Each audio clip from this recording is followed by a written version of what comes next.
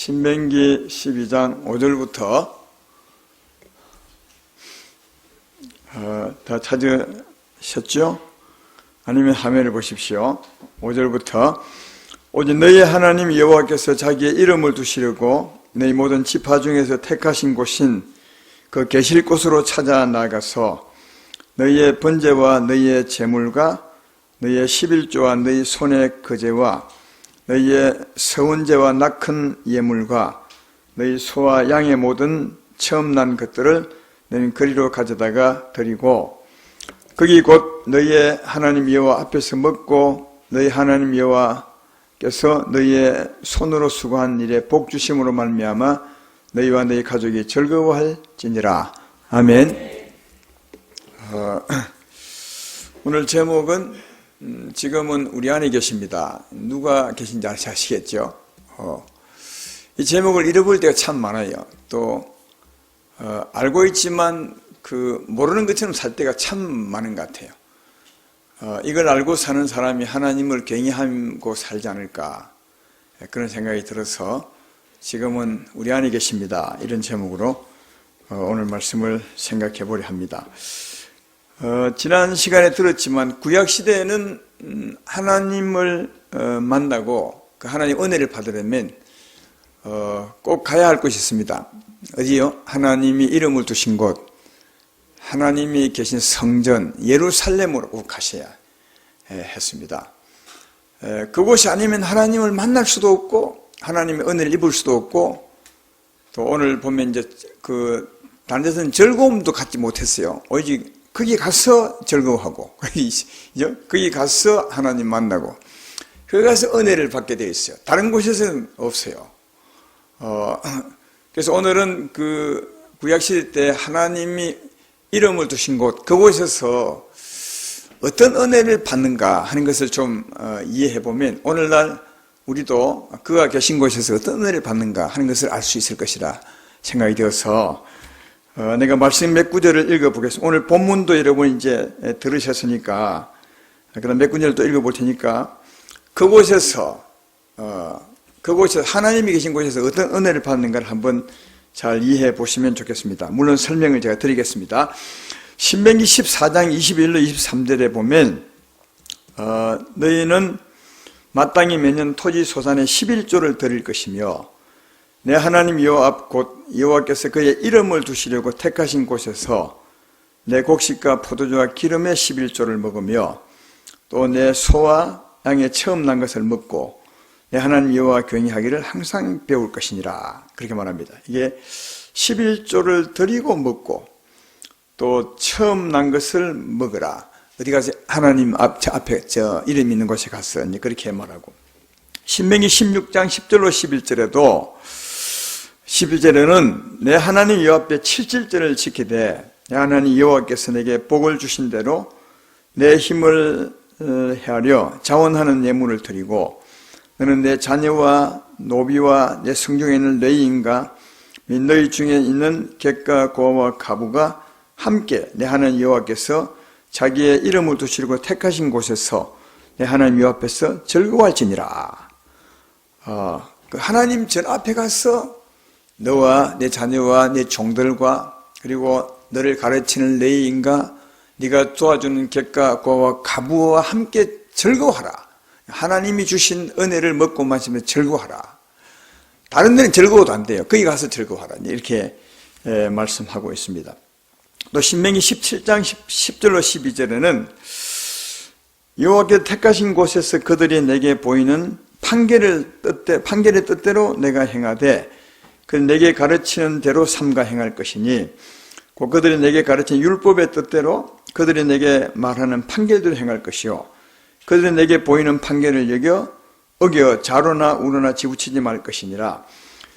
사람이 만일 무법하게 행하고 내 하나님 여호와 앞에서 서서 섬기는 제사장이나 재판장에게 듣지 아니하거든 그 사람을 죽여 이스라엘 중에서 악을 자해 버리라. 반드시 하나님 전에 가서 하나님 있는 곳에 가서 거기 제사장과 재판장에게 말씀을 들으라는 것입니다. 판결을 들으라. 이리 해야 됩니까? 저리 해야 됩니까? 할 때 그때 판결을 들으라. 그 판결을 듣고 행해라.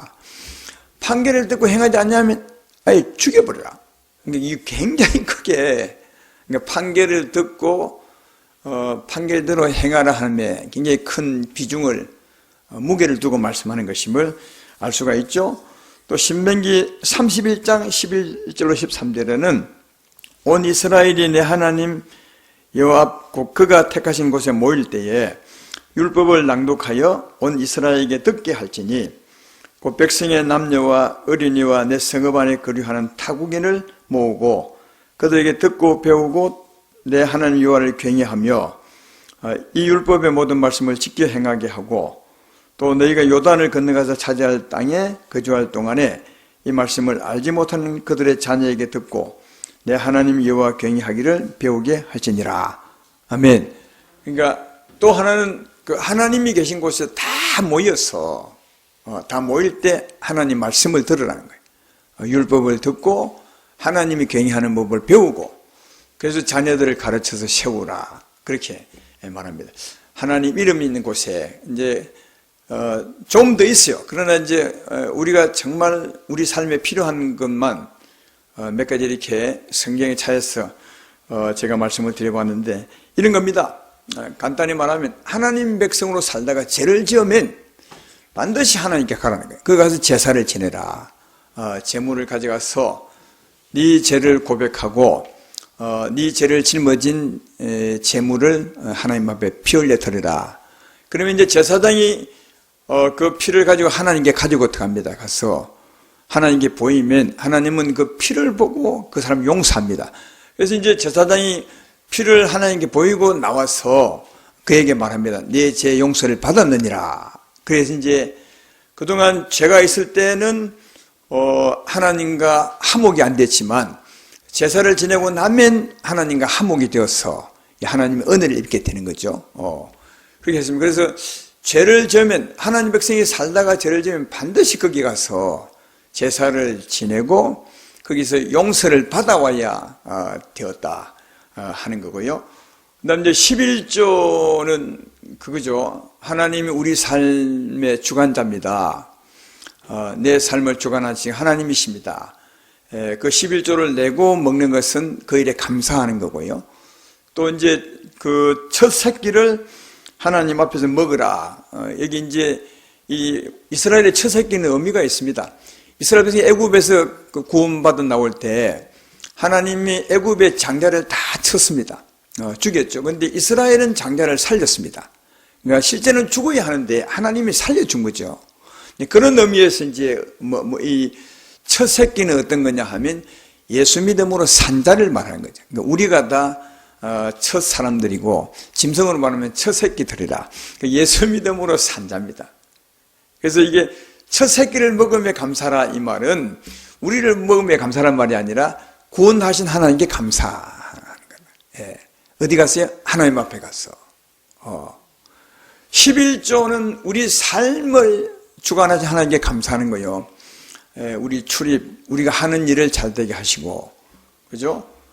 우리 삶을 하나님이 아름답게 하시고, 또 우리 세상의 사업을 잘되게 하시고, 이게 이제 11조를 먹는 것이라면, 첫 새끼를 먹는 것은 뭐냐면, 내 영혼육을 구원하신 하나님께 감사하는 거다. 내 영혼육을 구원하시고, 지키고, 보호하신 하나님께 감사하는 거다.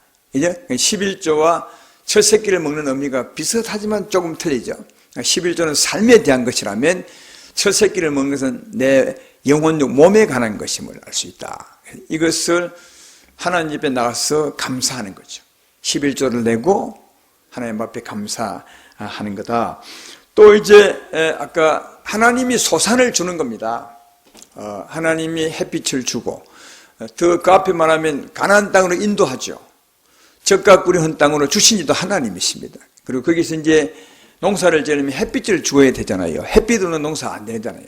햇빛 주고 또 물을 줍니다. 샘이 솟고 분천과 시내가 흐르는 그 땅은 신명기 8장에 그렇게 말하더니 그 땅은 하나님 주실 땅은 샘이 솟고 분천과 시내가 흐르는 땅이라.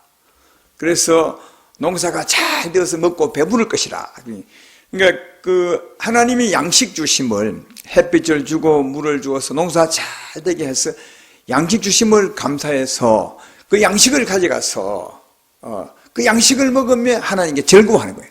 이 하나님이 주신 거다. 그러니까 하나님이 준 즐거움으로 즐거워하는 거다. 그리고 이제 즐거워할 때 자기를 가르치는 레위인을 말씀을 전해주는 사람, 레위인에게 같이 이제 하는 것이니까 감사하는 거죠. 또 이제 객과 고아와 가부는 보살펴야 될 사람이에요. 그래서 함께 이제 즐거워하는 것이니까 그들을 사랑함으로 즐거워하는 거예요. 이런 일을 어디 가서 하나님 앞에 가서 하고 하라. 그렇게 말하고. 그리고 판결을 받을 때 이제 우리가 살 때 이런 일이 참 많죠. 이렇게 해야 됩니까? 저렇게 해야 됩니까? 아니면 내가 어떻게 살면 좋겠습니까? 주의 뜻은 무엇입니까? 물어볼 때. 근데 반드시 하나님께 가라는 거예요. 왜? 하나님이 진짜 재판장이니까. 그러면 하나님께 가면 하나님의 뜻을 잘 아는 제사장과 재판장이 알려줄 것이다. 그걸 듣고 그대로 살아라. 이렇게 이제 말하고. 또 하나는 하나님 말씀 들을 때는 다 모여서 하나님 앞에 모여서 하나님 말씀을 들으라. 요즘 같으면 예배하는 거죠. 다 총회로 모여서. 예. 이런 일을 어디서 해야 되냐? 반드시 하나님 앞에 가서 해라. 하나님이 지금 그곳에 가서 해라. 그렇게 이제 말씀합니다. 구약시대 때는 한 곳으로 가고, 한 곳, 여러 곳이 아닙니다. 딱 한 곳. 예수님이 한 곳에 죽어야 되니까 하나님이 한 곳 예루살렘의 성을 정하시고 거기에 가서 이제 했어요. 예. 근데 이제 여러분, 우리가 이제 알아야 될 것은 그것입니다. 그곳에 왜 갔냐 하면, 그곳에 하나님이 계시니까요. 예. 하나님 계시니까 거기 가서 묻고, 하나님 계시니까 거기 가서 은혜 주신 하나님께 감사하고, 이제 그렇게 하니까. 거기 간 이유는 하나님이 계시니까 간 거예요. 근데, 자, 오늘날은 하나님이 어디 계시냐고요? 아까 제목 못 보셨어요? 제목 시작. 지금은 우리 안에 계십니다. 왜 구약에 왜 그곳에 갔느냐? 하나님 계시기 때문에 갔어요. 그게 다른 이유가 없어요. 그게 뭐 짐승이 있으면 그거 갈 이유가 뭐 있습니까? 하나님 계시니까 갔어. 그러니까 하나님이 하실 일이니까, 하나님이 은혜 주시고 하나님이 말씀해 주시고 하니까 하나님께 있는 것 갔어요. 거기 가야 돼. 그럼 오늘날은 우리 어디 가야 되느냐? 하나님이 계신 곳에 가야 돼. 어디 계시냐? 우리 안에 계셔. 그럼 갈 필요 없네? 갈 필요 없어요, 진짜. 이걸 우리가 아셔야 돼요. 하나님이 우리 안에 계셔, 지금은.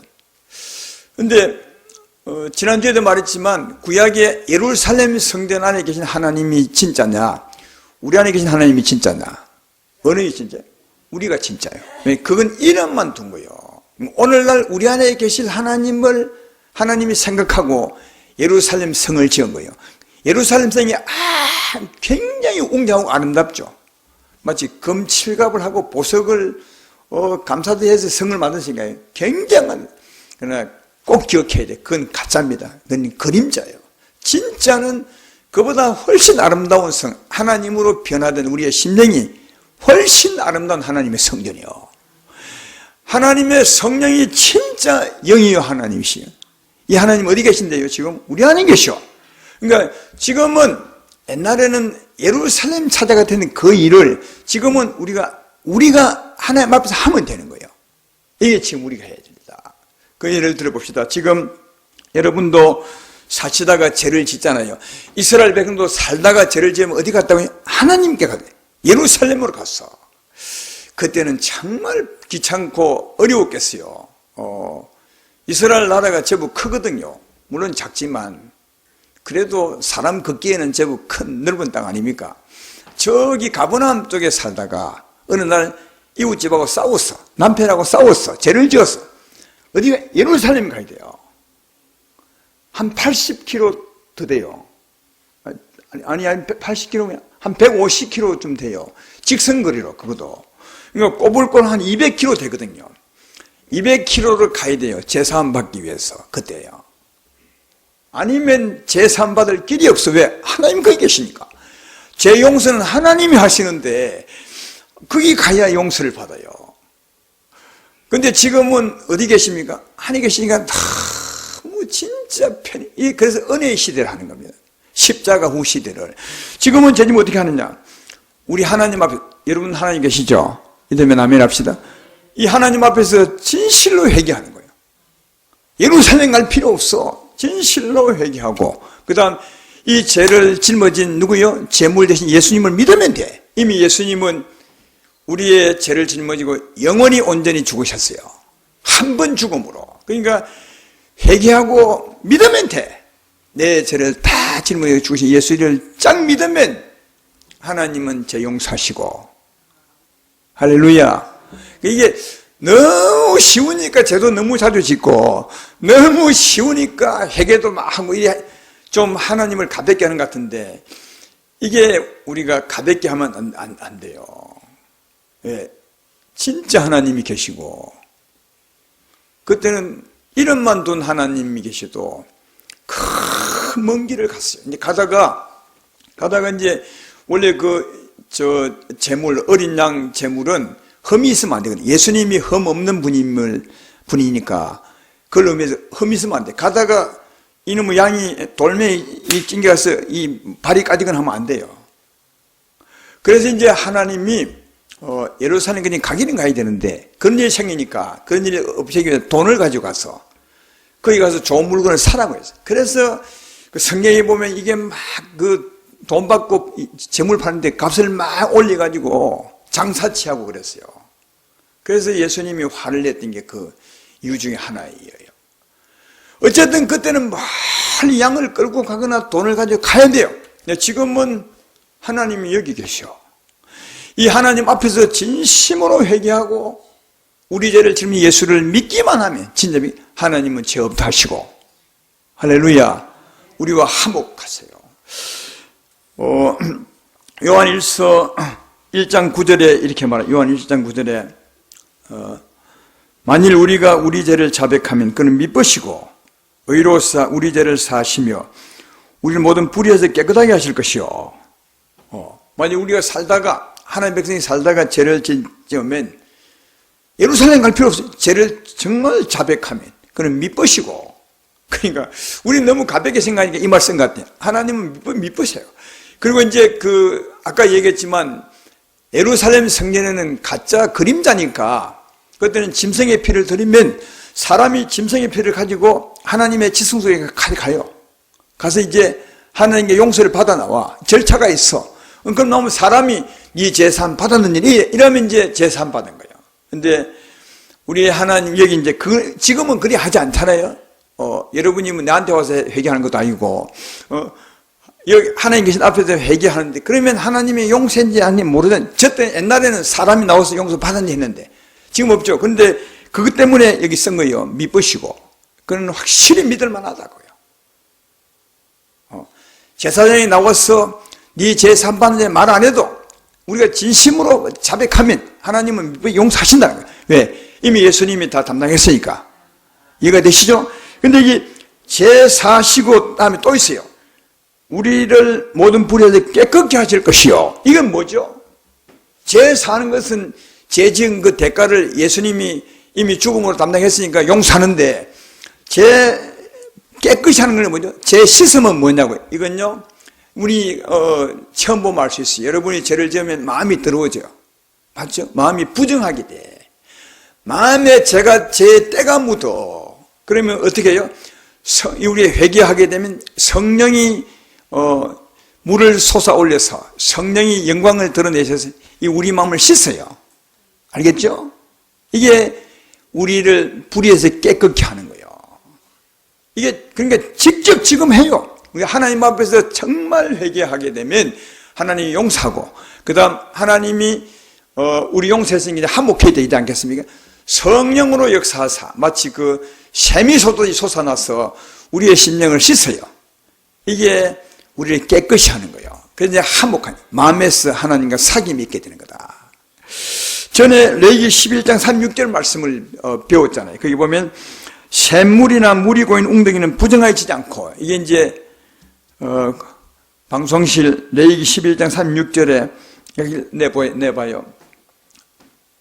예. 샘물이나 물이 고인 웅덩이, 옛날에 방추우물이라 했죠. 그러니까 샘이 솟는 우물이에요.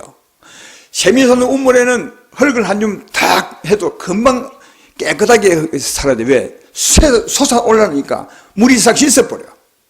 마찬가지로 우리 영혼이 방출고물이요. 그죠? 그래서 우리 마음에 죄의 때가 묻어도 우리가 회개하면 하나님 용서하시고, 방출고물은 성령의 샘이 솟아올라서 우리 마음을 씻어버리는 거예요.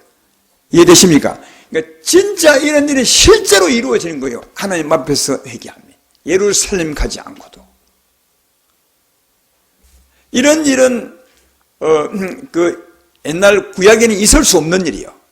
그때는 이름만 두었으니까 제사장이 나와서 기껏해야 제사 받아서 이렇게 말할 뿐이요. 근데 지금은 하나님이 죄 용서할 뿐 아니라 성령이 솟아올라서 우리 심령을 씻어요. 그래서 여러분, 회개하면 마음이 깨끗한 것은 그 이유요. 회개하고 나면 마음이 깨끗하고 마음이 개운하고 마치 목욕한 것처럼 그렇잖아요. 이게 성령이 씻는 거예요. 이 밤에도 어떤 마음으로 왔는지 모르겠지만 아마 세상 살았으니까 마음에 검정이 많이 묻었을 거라. 지금 정말 회개하면 성령이 솟아올라서 이 심령을 씻습니다. 예, 그래서 모든 불의에서 깨끗게 하실 것입니다. 정결한 마음 주실 것입니다. 이게 하나님과 화목하는 거예요. 예, 여기까지가.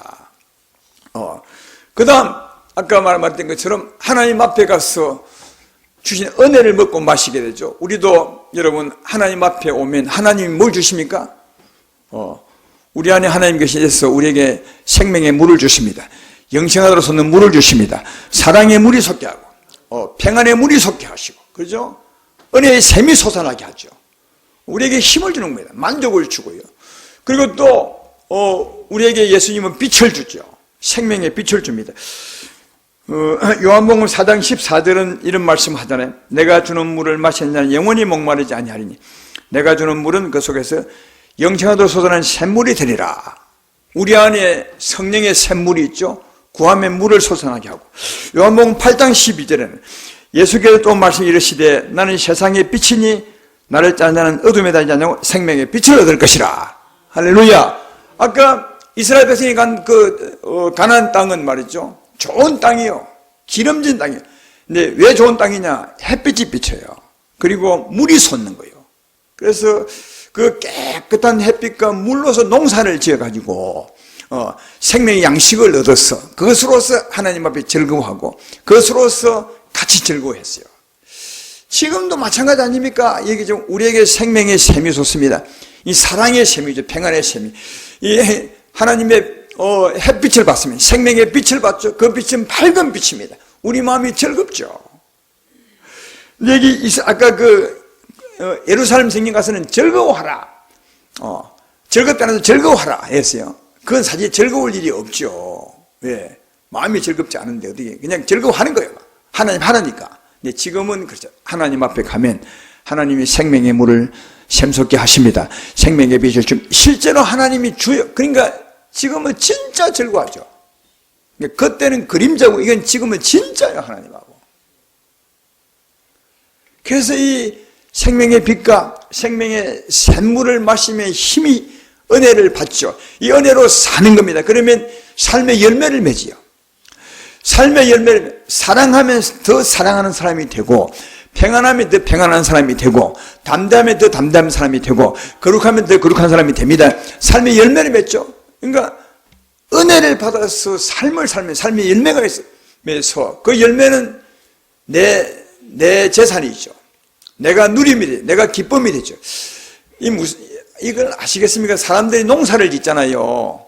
수고해서 농사 지으면 자기가 이제 농사물이 잘 되면 자기가 지었던 농사를 자기가 먹어요. 예, 그것처럼 우리도 삶의 농사를 짓는 거죠. 하나님의 생명과 하나님의 빛으로, 은혜로 즐겁게 그렇게 살아가면 삶의 열매가 맺죠. 안 보이지만 그 열매를 우리가 사실은 우리의 기쁨이 되죠. 더 큰 기쁨이 되겠죠. 더 큰 자랑이 되겠죠. 더 큰 재산이 되겠죠. 예. 그래서 예수님께서 요한복음 15장 4절로 5절에 열매에 대해서 말씀하던 내 안에 거하라 나도 너희 안에 거하리라. 가지가 폿나무에 붙어 있지 아니하면 서서히 열매를 맺을 수 없음 같이 너희도 내 안에 있지 아니하면 그리하리라. 나는 포도나무요 너희는 가지라. 그가 내 안에 내가 그 안에 거하면 사람이 열매를 많이 맺나니 나를 떠나서는 너희가 아무것도 할 수 없습니다. 하나님의 은혜로, 하나님의 생명으로, 하나님 빛으로 살면 열매를 많이 맺죠. 이 열매가 누구의 기쁨이 될까요? 그 사람의 기쁨이 돼. 농사 지은 사람이 자기 손으로 지은 농산물을 자기가 먹고 자기가 배부르고 만족하듯이 우리도 삶의 농사를 지으면 내 것이 돼. 나의 즐거움이 되고 나의 기쁨이 되고 나의 사랑이 되고 나의 평안이 될 줄로 믿습니다. 이걸 하나님이 주신 것을 기뻐하는 거예요. 누가? 하나님 앞에서. 왜? 하나님이 하게 하셨으니까. 그래서 여기 아까 읽었던 본문에 보면 7절에 보면 거기 곧 너희 하나님 여호와 앞에서 먹고 너희 하나님 여호와께서 너희 손으로 수고한 일에 복 주심으로 말미암아 너희 가족이 즐거워할지니라. 그렇죠? 하나님의 생명을 먹고 마셔서 내가 열심히 살았죠. 내 손으로 일한 거 아니에요. 내 손으로 내 삶으로 살면 농사를 지은 거죠. 그죠? 근데 사실 누가 그렇게 하게 하면 하나님 복 준 거예요. 그래서 하나님, 내가 수고한 것에 대해서 하나님이 복 주신 것으로 네가 즐거워하라. 당연할 수밖에 없어요. 하나님의 생명과 은혜로 삶이 열매를 맺어. 그게 내 기쁨이 되고 내 즐거움이 되는 거다. 누가 한 것이냐? 하나님이 주신 것이다. 할렐루야. 그걸 하나님 앞에서 즐거워하는 거예요. 감사하고, 그리고 하나님을 의지하고. 이 밤에도 기도하러 나오셨으니까 하나님이 생명의 물을 주시는 분입니다. 생명의 빛을 주는 분이십니다. 즐거움을 주는 분이십니다. 그 힘으로 살면 그 삶의 열매는 여러분 것이요. 예, 이것을 가지고 즐거워하고 이것으로 나를 가르친 사람을 사랑하고 세상의 객과 고와 가부 안 믿는 사람을 사랑해서 전도하고 이게 하나님 앞에서 할 일이다. 그렇게 말씀하죠. 아까 11조와 첫 소산을 얘기했습니다. 하나님이 우리 삶의 주관자요. 여러분 아마 살아보시니까 다 알 것입니다. 하나님이 내 삶을 영적인 삶도 주관할 뿐 아니라 신앙생활을 주관할 뿐 아니라 여러분이 하는 일도 다 주관하세요. 우리 교회에 하나님 잘 섬기고 사는 사람들 내가 볼 때 굶어 죽은 사람 아무도 없어요. 다 은혜로 살더만 어찌할꼬 해도 다 지나보면 다 은혜로 살더만 그죠? 아니 더 오히려 넉넉하게 살더만 그 삶의 주관자가 누구냐? 하나님이래요. 하나님. 아니 들의 새도 하나님이 먹이고 들의 풀도 입히는데 하물며 너희일까 보냐? 우리는 염려하지만 하나님이 다 하신대요. 이게 이제 11조입니다. 하나님이 하신 것입니다. 11조 드리고 11조를 먹는 거예요. 하나님께 감사하는 거다. 이해되시죠? 그리고 첫 새끼를 먹는 것처럼 하나님 앞에서 하나님이 나를 구원해 주신 것 감사합니다. 내 영혼도 구원하시고 육체도 구원하시고 죄와 저주와 사면에서 끊어내신 것 감사합니다. 또 내 삶을 인도하시니 너무너무 감사합니다. 이게 첫 새끼 예수로 말미암아 구원받은 장자 첫 새끼 같은데 이 하나님 은혜를 감사하는 거다. 어디서요? 하나님 앞에서. 그리고 살다 보면 어문이 진짜 많아. 서로 막 싸우다가 와서 목사님 서로 싸우는데 내가 어찌하면 좋겠습니까? 이런 게 다 판결이요. 본인이 몰라서. 그죠? 근데 지금까지는 목사에게 와서 물어봤지만 이제는 여러분 안에 하나님이 계셔. 하나님께 한번 물어보십시오. 하나님이 신기하게 알려줍니다. 왜? 하나님 진짜 살아계신 하나님. 구약에는 하나님이 이름만 두었으니까 제사장들이 율법을 배워서 율법을 알려줬지만 지금은 하나님이 살아계셔. 살아계신 하나님 앞에 나와서 하나님 내가 어찌하면 좋겠습니까? 이런 습관을 기르셔야 돼. 그래 살아계신 하나님의 말씀을 친히 듣는 거예요. 하나님은 우리에게 소원함을 두십니다. 우리를 가르치고 기억나게 하지 않습니까? 요한복음 14, 26절에 그렇게 말하죠. 보혜사 곧 아버지께서 내 이름으로 보낼 성령그가 너에게 모든 것을 가르치고 내가 너에게 말한 모든 것을 생각해야 하리라. 주님이 말씀하세요. 가르치고. 그다음 요한복음 16장 13절에도 그러나 진리의 성령이 오시면 그가 너희를 모든 진리 가운데로 인도하시리라. 그죠? 모든 진리 가운데 인도한대. 다시 말하면 진리를 우리에게 가르쳐서 우리를 인도한대요. 어디 계신 하나님? 우리 안에 계신 하나님. 옛날에는 예루살렘까지 걸어가셔야 돼. 아무리 멀어도. 왜? 하나님이 거기 계시니까. 지금은 하나님이 내 안에 계시니까 조용히 눈을 감고 무릎 꿇고 주여 내가 이게 어떻게 했는지 모르겠습니다. 물으시면 하나님이 살아계신 하나님이 알려준대요. 할렐루야. 얼마나 좋아. 그러나 우리가 꼭 해야 될 일 하나 있어. 하나님 말씀은 총회로 모일 때 하래요. 다 모였을 때. 지금은 하나님 모신 성도들이 한 곳에 모이는 거죠. 예? 이게 교회당이요. 아시겠죠? 이 교회당은 뭐냐? 하나님을 모신 사람들이 한 곳에 모이는 거예요. 왜? 하나님 말씀은 다 모이는 곳에 하나님 말씀한대요. 예루살렘에 다 모인 곳에 말씀한대요. 물론 혼자 있어도 말씀하세요. 하나님 안에 계시니까. 아까 가르치시고 기억나게 하잖아요. 그러나 전체를 모아서 하나님이 말씀할 때가 있어요. 총회에. 이게 오늘날도 목사를 주의 종을 세우셔서 하나님이 한 곳에 다 모아서 말씀하는 거예요. 이게 예배이에요. 그러니까 여러분 혼자서 말씀 듣는 것과 이 모여서 하나님이 모든 자에게 말씀하는 말씀은 틀려요. 제가 볼 때 다 하나님 모시고 있지만 다 모인 곳에 하나님이 또 임하셨어요. 그래서 내 이름을 모인 곳에 내가 함께하리라 하신 말씀은 우리 가운데도 계시지만 모이면 하나님이 역사하세요. 그래서 성령으로 말씀하죠. 이게 총회에 하나님께 말씀하시는 말씀이에요. 그래서 다 모여서 하나님 말씀을 듣고 그 말씀으로 하나님을 경외함을 배우며 그 말씀을 자녀에게 가르쳐서 자녀로 하여금 하나님을 사랑할 수 있도록 하게 하라. 이게 말하죠. 이해되시죠? 그러니까 여러분 생각해봐요. 구약시대 때는 예루살렘 성에 가서 거기서 제사함 받고 거기서 묵고 거기서 감사하고 거기서 했지만 지금은 어디 우리 안에 계십니까? 이 하나님 앞에서 진실하게 그때보다 더 진실하게 왜? 진짜 하나님이 살아계시니까 이 하나님이 진짜 하나님을 아시면 우리 삶이 좀 더 진지해져. 절대로 가볍지 않아. 근데 하나님이 계시다고 하지만 그냥 뭐라고 가볍게 들어. 가볍게 들으니까 말도 함부로 하고 삶도 지 맘대로야. 왜?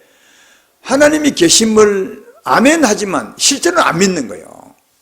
여러분 이게 하나님이 계시다고 하면 예루살렘 성전보다 더 거룩하고 더 위험이 있고 더 크신 하나님이 진짜 하나님이 계시다고 생각하면 어찌 그렇게 함부로 말할 수 있어? 어찌 그리 함부로 행할 수 있겠어?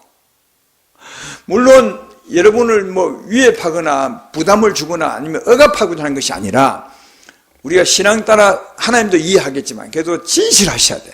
하나님 우리 안에 계셔. 지금은 하나님 우리 안에 계세요. 할렐루야. 이게 얼마나 큰 은혜인지 몰라. 우리 시대를 잘 타고났어요. 어떤 분은 그런데 저분은 시대를 잘 타고났다고. 당신도 시대를 잘 타고난 거예요. 왜? 지금 예수님 십자가 짊어지기 전에 태어나시면 예루살렘 안 가면 소망이 없어. 그때는 한국 사람 소망이 없어요. 왜? 그곳에 가야 하나님 음성을 듣고 그곳에 가야 용서를 받고 그곳에 가야 은혜를 받아. 지금은 예수 믿고 난 후에 죽으시고 난 후에 믿으면 하나님이 오셨으니까 어디서나 고개 숙여 기도할 수 있고 어디서나 회개할 수 있고 어디서나 하나님의 힘을 구할 수 있고 어디서나 물을 수 있어. 그죠? 그러나 한 가지는 모여야 돼. 총회로 모이셔야 돼. 왜? 총회로 모일 때 하나님이 말씀하셔. 이 말씀이 개인이 듣는 말씀과 다른 거예요. 이해가 되십니까? 그러니까 이렇게 사는 게 신앙생활이요. 오늘 제가 짧게 말했지만 우리 신앙생활 전부를 말한 거예요. 왜? 살아계신 하나님을 의지하고 사는 것이 전부 아니겠어요? 할렐루야. 그러므로 이 밤에도 사랑하는 여러분, 하나님이 우리 안에 여러분과 함께 계십니다. 고개를 숙인 것은 그분 앞에 고개를 숙이는 것입니다. 그러니까 여기 올 때 우리 마음이 어두웠다면, 갯길로 가서 우리 마음이 좀 부정 탔다면 정말 진심으로 해결해 보시면 주님이 용서하실 것입니다. 그리고 성령의 샘이 솟아올라 우리 마음을 깨끗하게 해주어서 다시 우리와 화목할 것입니다. 다시 우리와 사귐이 있게 될 것입니다. 그리고 주님의 은혜를 구해 보십시오. 우리 안에 계신 하나님이 힘을 줄 겁니다. 은혜 줍니다. 생명의 물을 쇠서 샘소도 솟아나게 할 것이고 생명빛을 비추어 줄 것입니다. 그 은혜로 즐거워하는 겁니다. 지금은 가짜로 즐거워하는 것이 아니라 그 은혜를 받아 즐거워하는 거예요. 구약 때는 가짜로 즐거워했습니다. 왜? 오늘날 이 같은 즐거움을 그들에게 살게 한 것 때문에 했지만 지금은 진짜 즐거움을 주어서 즐겁게 하는 것이다. 이 힘을 얻어서 즐거워할 뿐 아니라 이 힘으로 살아가면 그 삶의 열매도 우리 것이다. 여러분이 될 것입니다. 여러분이 살았던 삶의 열매는 여러분 것임을 꼭 기억하시고 열심히 사셔서 그 삶의 열매도 기름지게 먹고 마시며 사시는 여러분 되기를 주의 이름으로 축원합니다. 무엇보다 살 동안 이게 무슨 뜻이지? 하나님 나를 향한 주의 뜻이 무엇입니까? 하거나 물어보십시오. 이 밤에 확실히 대답합니다. 하나님 말씀을 기억나게 하시든지 우리에게 소원함을 두시든지 하나님이 하십니다. 그게 하나님이 작은 소망이 있자도 하나님의 말씀이십니다. 왜? 하나님 우리 안에 계시니까요. 할렐루야. 그 하나님의 음성을 듣고 살아가는 우리가 되길 바라고, 또 이제 연말 마지막 금요 기도에 다음 주 1월 5일은 신년 축복성이 할 것입니다. 그때 나를 향한 하나님의 말씀, 우리 교회, 우리 가정, 우리 자녀를 향한 하나님의 말씀을 들어야 될 것입니다. 하나님께서 내게 말씀해 주십시오 해서 나를 향한 하나님 말씀을 주실 것입니다. 미리부터 기도한다면 하나님이 우리에게 말씀해 주리라 믿습니다. 그 말씀을 붙들고 힘있게 한 해를 출발하는 거죠. 그리고 예배 회복하는 교회가 되기 위해서 기도하시면 좋겠습니다. 문제는 내가 예배 회복해야 됩니다. 왜? 하나님은 개인에게도 말씀하지만 이렇게 모이는 곳에 말씀합니다.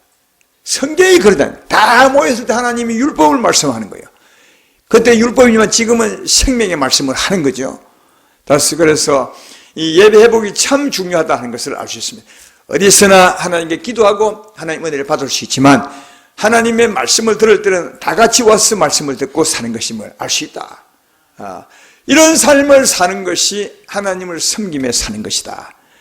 오늘 말씀을 잘 기억하시고 오늘 말씀을 믿음으로 기도하는 은혜 충만히 받게 되기를 바라고, 이런 삶을 살아가신 여러분 되기를 주의 이름으로 축원합니다.